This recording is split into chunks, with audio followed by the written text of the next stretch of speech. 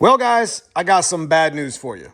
As some of you may already know, 393 strokers down. I really don't know how else to start a video, but just telling you, we were supposed to be at Ford Takeover with this car this past month, and, well, we're going to try to do something here on the channel that we've never done before. Fix the bottom end of a motor while the motor's still in the car. I'll just show you some of the footage of what I'm talking about. If you've been following along on the channel, you know that we built this 351 Windsor junkyard production block into a 393 stroker. Got it installed in our Fox body, been testing on it for a while, and took a ride right before Ford Takeover, and this happened. Take it for a little rip down the old street, grab some food.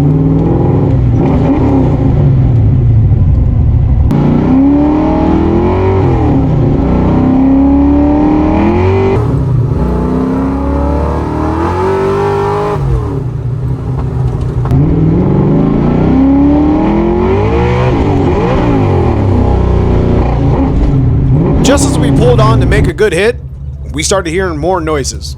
We've heard noises for a while, thought it was valve train. It would probably be best we get out and check just to make sure.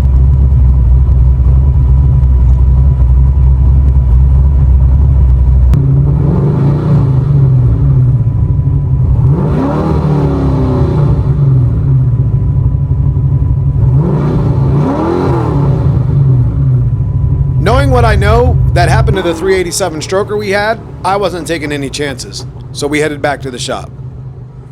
I guess I'll crack this thing loose and see what kind of not oil we have in here. I think I locked the motor up. I'm not really sure how. We went to the track one time, didn't even do a good pass. I've been harder on stock block motors than I've been on this motor. All right, let's take a peek.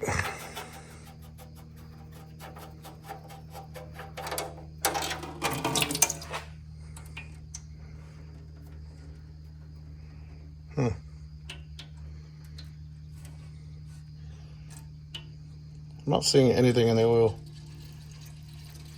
yet.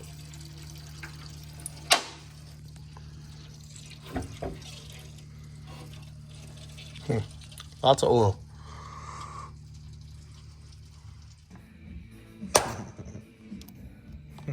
Don't take pictures of this. Check out video.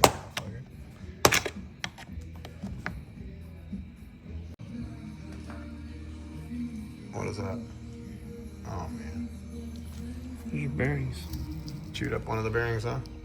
Or all of them? Chewed it up good. In order for us to fix the car, I would rather not pull the engine. We headed out to... All right, we are at the Harbor Freight here in Mentor, Ohio. We are picking up a tool for tomorrow because this is going to be one of those tools that we add.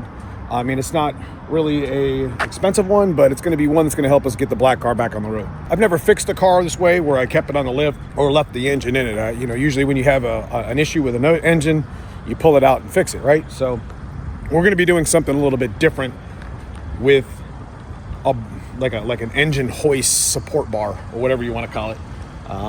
Just a little cheap. I mean, it's $80. It's not cheap, but there's other ways you can do it kind of budget. I'm going to show you it back at the shop. We're trying to make a show next week, so it's crunch time. We got to get this thing fixed. Hopefully they have this support bar that I need.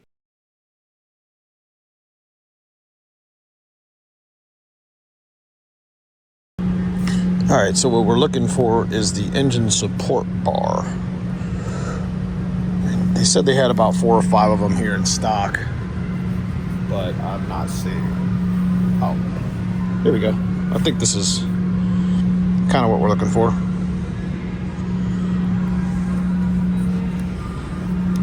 Maybe it's down here.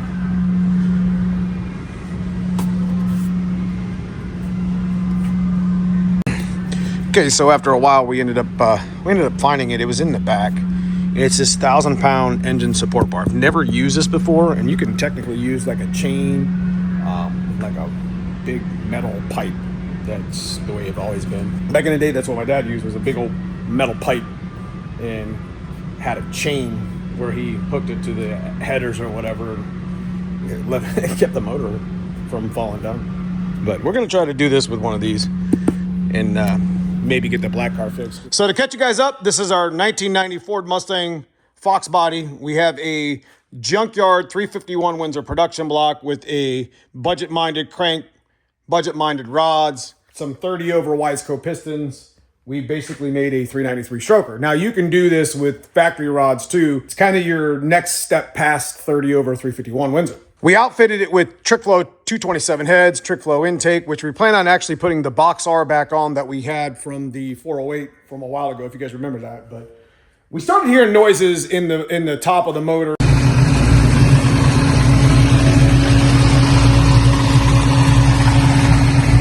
Which what I thought was in the top of the motor, maybe a valve adjustment.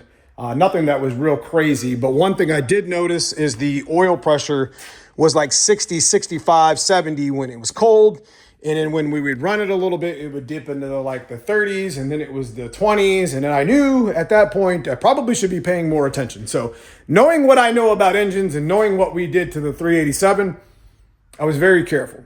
So before we actually get ready to go to Ford Takeover, I took it on one more last hit, which you just seen the footage of, and it made some noise, little more than normal. That's why my hood was popped. But some of the good news about it is we shut it off before it made any serious damage or locked up, because it's not actually locked up. Now, I'm not trying to actually start the car, but you'll be able to hear it still moves. You see what I mean?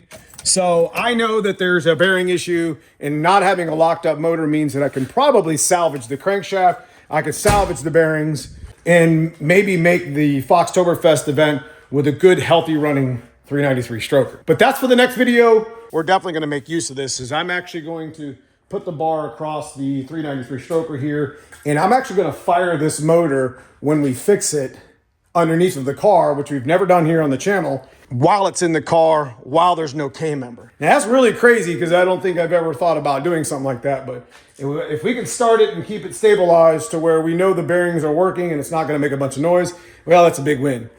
Then at that point, we can put the K-member back on and go out and make a little test hit on it. I mean, we did get some new shoes for the back and the front, and pretty excited to be rolling around on our 18s again and have a little bit of fun. But remember, we put those new Vibrant mufflers on.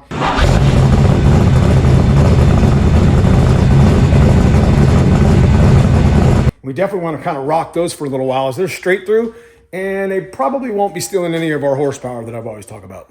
Next, what we got going on is we're going to be taking the K-member off in the morning, me and Cousin Paul. We got some bearings from Cam's, Canton Automotive Machine Shop down in Canton, Ohio. They sold us the hard to find +1 clearance bearings, rod and main, plus we got the standard size. So we could literally replace every bearing in this motor minus the cam bearings. Have the black car up on the lift. You're going to see us going through, you know, pretty much strut tower and the two back rear K-member, and we're dropping to the floor. We need to do a strut fix in the car anyways, so that's going to be part of that next video maybe. These struts have seen way better days. We've raced on these struts for 15 years. It's time to replace them. I mean, they're only $150 a piece, so I'm almost positive they're dead. But with any luck, we'll be able to make Foxtoberfest, and in the next video, you'll be hearing the motor run again. And then maybe we can make Foxtoberfest and enjoy some of the venue with some of our friends with our black car. But you guys enjoyed this sort of video. Stick around. We're going to get this car running again one way or another, hopefully for the next event. Definitely not going into the winter with a broken car. If you haven't subscribed already, consider subscribing. Leave me a comment below and let me know what you think. Check out that join button, become a member of the channel. I appreciate all my members each month supporting the channel and supporting what I do here. Outside of that, I just appreciate you watching. Check out that merch, neomustangs.com. I love y'all. We'll get this car running, and I'll see you soon.